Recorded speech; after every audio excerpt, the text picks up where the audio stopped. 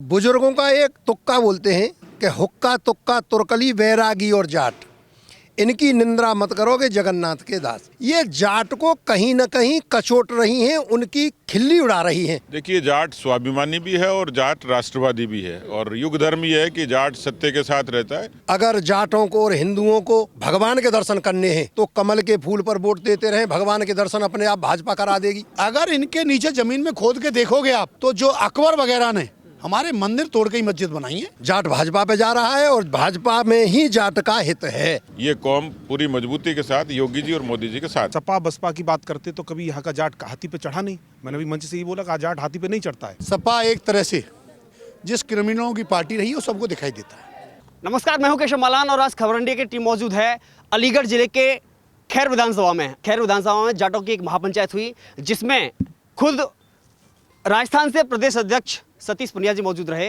आज हमारे साथ मौजूद हैं। बहुत तो स्वागत है खबर इंडिया में। धन्यवाद। आप राजस्थान से यूपी की तरफ रुख किया है, क्या माहौल है? यूपी पड़ोसी राज्य है और यूपी में भगवान राम के भव्य मंदिर का निर्माण का शुभारंभ भी हो गया। उत्तर प्रदेश से पूरी दुनिया में भी सिरमौर है हर लिहाज से। यहाँ का जवान, यहाँ का किसान, और जिस मिशन को लेकर मोदी जी और योगी जी चल रहे हैं, ये युग धर्म है कि हम उनका साथ देते, और इसलिए अपने भाइयों के बीच में, किसान भाइयों के बीच में आया हूँ। लेकिन बड़ी बात है जाट, कि जाटों पे भरोसा नहीं है। जाट कहाँ है आज? नहीं, भरोसा नहीं, ये तो भाईचारा है और इस लिहाज से यहाँ से भी लोग हमें मदद करने के लिए आते हैं, हम उनकी मदद करने के लिए आए हैं। और प्रश्न केवल एक कौम का नहीं है। यदि हम पूरी किसान जाति को भी देखें तो इस देश में किसानों के कल्याण के लिए वाजपेयी जी ने जो शुरुआत की थी उसको मोदी जी ने आगे बढ़ाया। इसलिए जाटों का भी और किसानों का भी भरोसा। और मैं जिस परिवार से आता हूँ, मुझे पार्टी ने मान सम्मान दिया है। आज मैं तो बहुत साधारण किसान के घर में पैदा हुआ हूँ। इतने बड़े प्रदेश में मुझे यदि जिम्मेवारी दी है तो वो सब लाखों किसान परिवारों का ही सम्मान है। लेकिन बात करें जयंत चौधरी की, कहीं ना कहीं वो भी सपा के साथ हैं। जाटों का ये गढ़ माना जाता है टप्पल इलाका। देखिए, जाट स्वाभिमानी भी है और जाट राष्ट्रवादी भी है और युग धर्म ये है कि जाट सत्य के साथ रहता है और जाट स्वाभिमान के साथ रहता है। इसलिए जयंत जी कहीं रहें, लेकिन जो जाट का जाया है, जो इस धरती पर जा गया, जो इस भारत माँ को प्रेम करता है, जाट का जाया जब कारगिल में शहादत दे सकता है तो वो देश की मुद्दों पर भी लड़ सकता है। इसलिए मुझे लगता है कि ये कौम पूरी मजबूती के साथ योगी जी और मोदी जी के साथ है। बड़ी बात यह है, पश्चिमी उत्तर प्रदेश इस समय पूरे यूपी चुनाव का एक केंद्र बिंदु बना हुआ है। आखिर क्यों बार बार खिसकता हुआ दिखाई दे रहा है? क्योंकि अगर कोई भी केंद्रीय नेता आता है तो वहीं चाहे कैराना हो, चाहे मुजफ्फरनगर दंगा हो, उस पर बात करना, या फिर किसान आंदोलन की धरती कहा जाने वाला टप्पल। देखिए, तो लोकतंत्र है, इसमें सबको अपनी बात कहने का हक है, लेकिन ये तो केवल एक स्पेसिफिक जगह की बात नहीं है। पर क्योंकि हमारे साथ लंबे अरसे से रहे हैं, उनको भ्रमित करने की कोशिश की जा रही है।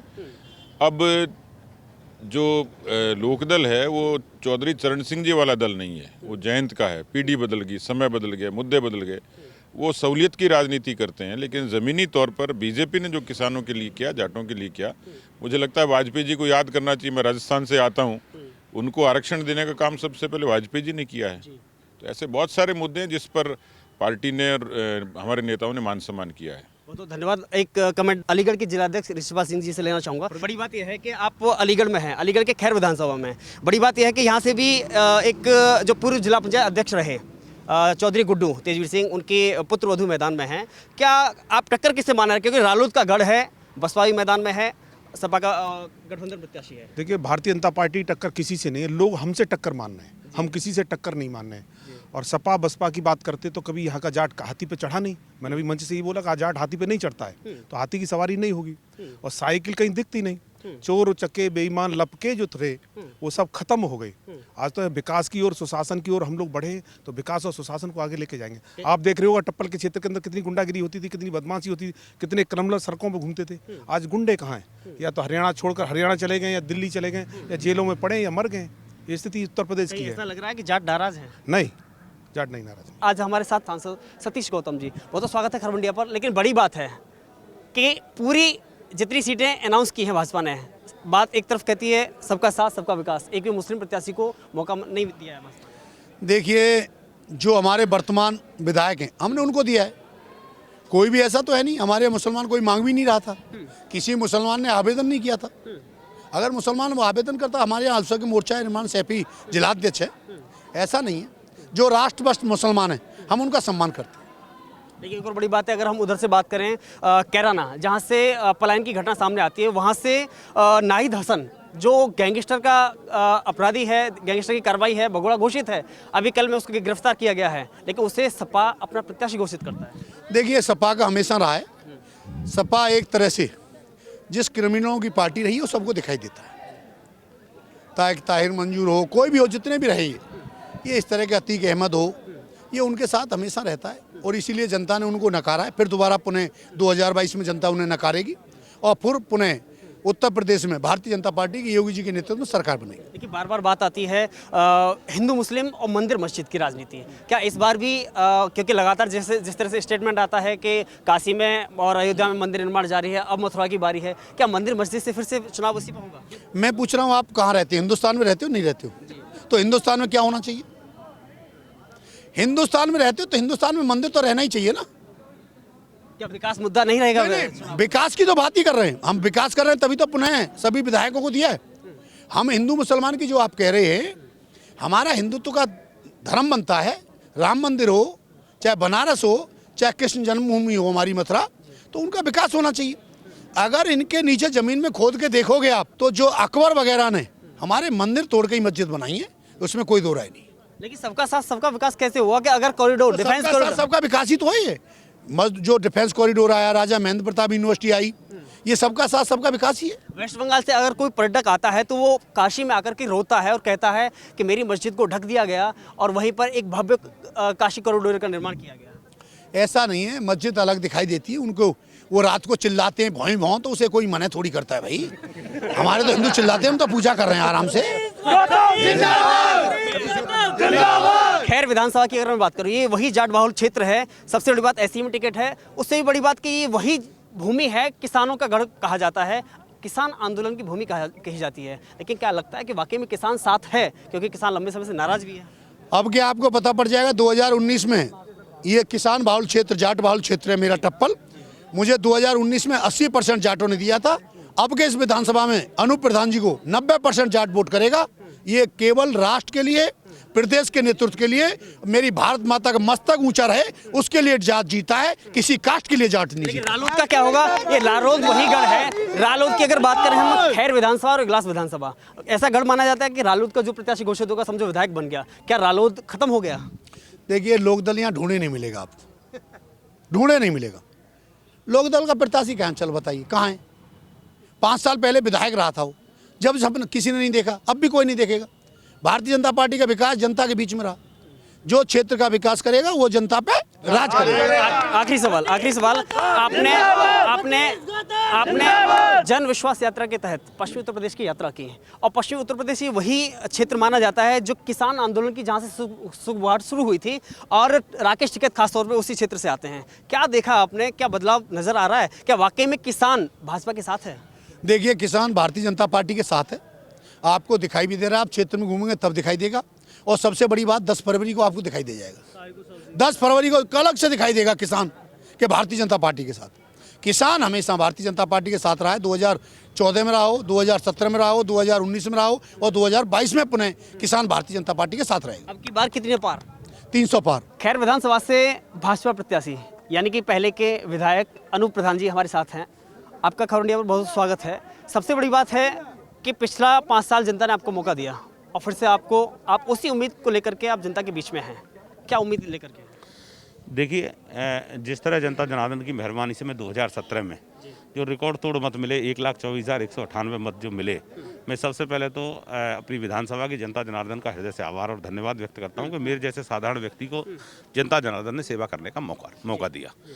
मैं दावे के साथ कहना चाहूँगा 2012 से लेकर के 17 तक यहाँ राष्ट्रीय लोकदल के जो भगवती जी प्रत्याशी बनाए वो प्रत्याशी हैं। मैं दावे के साथ कह रहा हूँ उनके काम के 5 साल की तुलना करें और हमें कोरोना की वजह से जो 5 वर्ष का कार्यकाल मिलना चाहिए था उसमें भी कहीं ना कहीं 2-2.25 वर्ष का अभाव रहा है। 3 वर्ष में और 5 वर्ष की हम तुलना करें तो उनसे अनेकों गुना विकास हमारे क्षेत्र में हुआ है। जैसे मैं बात करूँ पलवल टप्पल अलीगढ़ मार्ग, लगभग 543 करोड़ की लागत से ये जो 4 लेन रोड बना है। इस पे बाईपास है, बाईपास के लिए भी हम लोग प्रयासरत हैं क्योंकि अच्छा बाईपास बने तो उसके लिए DPR वगैरह हमने शासन में भिजवा दी और लगभग वो जो बनेगी। दूसरा 3 हमारे यहाँ जो है नगर पंचायत बनी है। मैं पूछना चाहता हूँ, वो भी एमएलए थे, क्यों नहीं बनी? अगर भारतीय जनता पार्टी के 5 साल के कार्यकाल में 3 बन सकती हैं तो उनके कार्यकाल में 1 तो बन सकती थी। हमारे चाहे टप्पल हो, पेशावा हो, चंडौस हो, तीनों अभी नगर पंचायतें बनवाई हैं। अनेकों रोडों पर चौड़ीकरण का काम चल रहा है। अनेकों वर्षों से इस क्षेत्र की, मालव क्षेत्र की, इस खादर क्षेत्र की मांग चली आ रही थी कि भाई यमुना पर पुल बने। क्या उन्हें चिंता नहीं करनी चाहिए थी? पर नहीं हुआ। आदरणीय योगी आदित्यनाथ जी, मैं धन्यवाद करता हूं कि हमारी एक अपील पर, उस क्षेत्र के निवेदन पर तत्काल उन्होंने 112 करोड़ की लागत से यमुना पे पुल का काम शुरू हो गया। जमीन अधिग्रहण का काम चल रहा है, काम टेंडर वगैरह सारे हो गए, काम चल रहा है। मुझे पूर्ण विश्वास है कि जनता का समर्थन जिस तरह, क्योंकि कल टिकट घोषित हुआ है, तो जिस तरह से मैं गया हूँ, जितना उल्लास, हर्षोल्लास जनता जनार्दन के बीच में देख रहा हूँ, निश्चित ही मैं अपने आप में ये आश्वस्त हूँ कि जो पिछली बार वोट मिले थे वो वोट भी उनसे कई गुने ज्यादा मुझे वोट अब की बार मिलेंगे। देखिए, दो बड़ी बातें हैं कि ये जाट बहुल क्षेत्र माना जाता है। हालांकि ऐसी में सीट है, आरक्षित है, लेकिन क्या लगता है कि कहीं ना कहीं जाट भाजपा के साथ है, क्योंकि कहीं ना कहीं किसान आंदोलन को लेकर के नाराजगी मन में रहती है? देखिए, मैं दावे के साथ कहना चाहूँगा, लगभग लगातार मैं 2005 से राजनीति में सक्रिय हूँ, और अगर मैं यहाँ तक पहुँचा हूँ, सभी वर्गों का सहयोग रहता है, इसमें नो डाउट। पर मेरी विधानसभा क्षेत्र खैर में सबसे ज़्यादा संख्या अगर किसी की है तो जाट समाज की है, जाट मतदाता हैं। पर जितना जाट मतदाताओं को भाजपा के ऊपर आशीर्वाद है, पिछली बार भी यहाँ से संयुक्त गठबंधन के प्रत्याशी जो थे हमारे जाट समाज की थे। मैं धन्यवाद देना चाहूँगा चौधरी समाज को कि इन्होंने राष्ट्र हित की सोच को रखते हुए, आदरणीय सतीश गौतम जी यहाँ से हमारे भाजपा के प्रत्याशी थे, 1,40,700 वोट, जो अपने आप में रिकॉर्ड है। आज दिन तक किसी सांसद को इस विधानसभा के अंदर नहीं मिले। वो अपने आप में इन जाटों की मेहरबानी से इस संयुक्त विधानसभा सभी वर्गों ने दिया। ये नहीं कि एक पर्टिकुलर एक समाज ने दिया, पर उस समाज ने भी प्रत्याशी होने के बावजूद भी भारतीय जनता पार्टी के पक्ष में इतना बड़ा मतदान किया। बहुत धन्यवाद के पात्र है। देखिए, एक बड़ी बात है कि कहीं ना कहीं आपने खुद कहा कि 5 साल मुझे समझने में समय गया और समझने का मौका मुझे जनता ने दिया। कई सारी ऐसी समस्याएं हैं, चाहे वो युवाओं की हम बात करें, स्पोर्ट्स स्टेडियम की जो एक प्रमुखता से मांग थी यहाँ की, वो उसमें कहीं ना कहीं पूरी नहीं हो पाई। कहीं ना कहीं वो नाराज़गी हो सकती है, दूसरे लोगों के विकास कार्यों को लेकर नाराज़गी हो सकती है।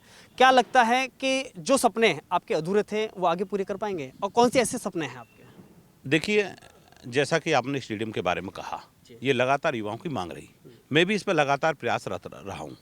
जब तक कोई भी चीज़ तब वहाँ बनेगी कि जब उसके लिए हमारे पास ज़मीन अवेलेबल हो, और वो भी उस नौयत की हो कि जिसमें वो चीज़ बन सके, क्योंकि सरकार का पैसा लगता है तो वो उस तरह की भूमि होनी चाहिए। तो यहाँ लगातार जो हमारे क्षेत्र में रिजर्व लैंड थी, मैंने कई बार प्रयास किया। आपके हजियापुर में हमें ज़मीन बताई गई, पर वहाँ पर क्या थी, वो रिजर्व लैंड थी। रिजर्व लैंड की नौयत चेंज करने का एसडीएम साहब को कोई अधिकार नहीं होता। माननीय राज्यपाल महोदया ही उसके बारे में विचार कर सकती हैं। तो वो थोड़ा लंबित रहा। अगर इस जनता जनार्दन की मेहरबानी से, दल की मेहरबानी से मुझे दोबारा अगर सौभाग्य प्राप्त होता है तो मेरी सबसे पहली प्राथमिकता होगी कि मैं स्टेडियम जो है इस क्षेत्र में बनवाने का काम करूं। सवाल, आपको जनता वोट क्यों करे? मुझे जनता वोट इसलिए देगी कि जो पिछले कार्यकाल के 2009 में परसीमन हुआ और ये विधानसभा रिजर्व हुई, मैं दावे के साथ कह रहा हूँ कि जितना काम अनूप वाल्मीकि ने 3 वर्ष में कराया है, मेरे से पूर्व के एमएलए ने दावे के साथ, एक तथ्य मेरे साथ हैं, चाहे लोक निर्माण विभाग की बात कर लें, चाहे स्वास्थ्य की बात कर लें, चाहे शिक्षा की बात कर लें, किसी भी क्षेत्र में अगर मेरे से पूर्व के विधायक ने काम किए हों, उनसे ज़्यादा काम हमने किए दावे के साथ। उसके साथ साथ जो व्यवहार अनूप वाल्मीकि का रहा है, जो एक जनप्रतिनिधि का रहना चाहिए, 24 घंटे जनता की सुनना, उनके बीच रहना, और हर तरह से उनके मान सम्मान को भी आगे रखना, भरोसा है अपने क्षेत्र की जनता जनार्दन पे कि अनूप वाल्मीकि को निश्चित पहले से ज़्यादा मत दे करके जिताएंगे। जाट समुदाय से आने के नाते एक बड़ा सवाल ये बन जाता है, क्योंकि जाट बहुल सीट मानी जाती है, भले ही आरक्षित हो, लेकिन जाट आखिर किसके साथ है? क्योंकि कहीं ना कहीं दावा जैन सिंह सबसे ज़्यादा करते हैं जाटों पे। देखिए, एक बात है सबसे बड़ी, बुजुर्गों का एक तुक्का बोलते हैं कि हुक्का तुक्का तुर्कली वैरागी और जाट, इनकी निंदा मत करोगे जगन्नाथ के दास। ये जो और पार्टी हैं भाजपा को छोड़कर, ये जाट को कहीं न कहीं कचोट रही हैं, उनकी खिल्ली उड़ा रही हैं, एक जाट जाट शब्द कह के। देश हित में सबसे बड़ा देशभक्त है तो जाट है, और देश हित का जो काम कर रहा है उस समय भाजपा कर रही है, तो क्यों ना भाजपा के साथ गठबंधन जाट करेगा? ये तो सब अपने अपने आंकड़े लगाए जा रहे हैं। अब वैसे तो कहते हैं कि जाटों में, वहाँ पे कवाल पे जो कांड हुआ था कि जाटों में और मुसलमानों में हुआ था, तो वहीं हो जाके वहाँ क्यों नहीं कहते वहाँ जाके कि भाई किसको वोट दोगे? हम तो भाजपा को देंगे। जब हमारा विवाद ही मान लिया आप लोगों ने कि भाई इनके आपस में विवाद हुआ था, जब विवाद ही मान लिया तो हम भाजपा को वोट क्यों न करें। भाजपा से बड़ी पार्टी और भाजपा से अच्छी पार्टी इस देश में कोई है? मंदिर का निर्माण कराना, सनातन धर्म की रक्षा करना, और एक कहावत आई है कि अब मोए भा भरोस हनुमंता और बिनु हर कृपा मिले नहीं संता।